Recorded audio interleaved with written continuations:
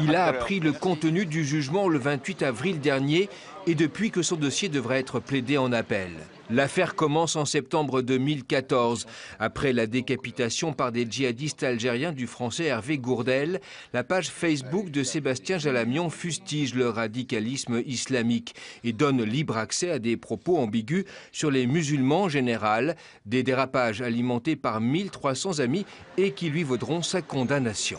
Là, on touche à un sujet qui est essentiel, il s'agit de la liberté d'expression. Suis-je responsable de l'expression de ceux qui viennent publier sur mon mur, sur Facebook? Bon, là, c'est une hypothèse un peu tirée par les cheveux. En ce qui me concerne, en tout cas, oui, je suis responsable de mes publications. Quant à assumer celles des autres, c'est un peu différent. Le ministère public, comme il l'avait requis en première instance, estime qu'une peine d'emprisonnement ou alternative est incontournable. Une amende seule ne suffit pas. Mais dans cette histoire, au fond, la question primordiale est celle-là.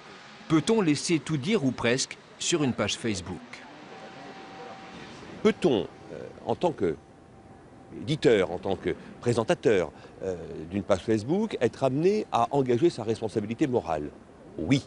Oui, dès lors qu'effectivement les dérapages sont certainement pas acceptables. Oui, dès lors qu'effectivement les propos tenus, les images diffusées ne sont pas conformes à ce que, j'allais dire, la dignité humaine doit être mise en place. En l'espèce, M. Jalamion ne fait pas partie de ces personnes dont la moralité ou dont la suspicion d'immoralité pourrait être jetée en opprobre à la vindicte populaire. Sébastien Jalamion, également président de l'Association nationale de défense égalitaire de la liberté d'expression, risque l'exclusion de la police nationale.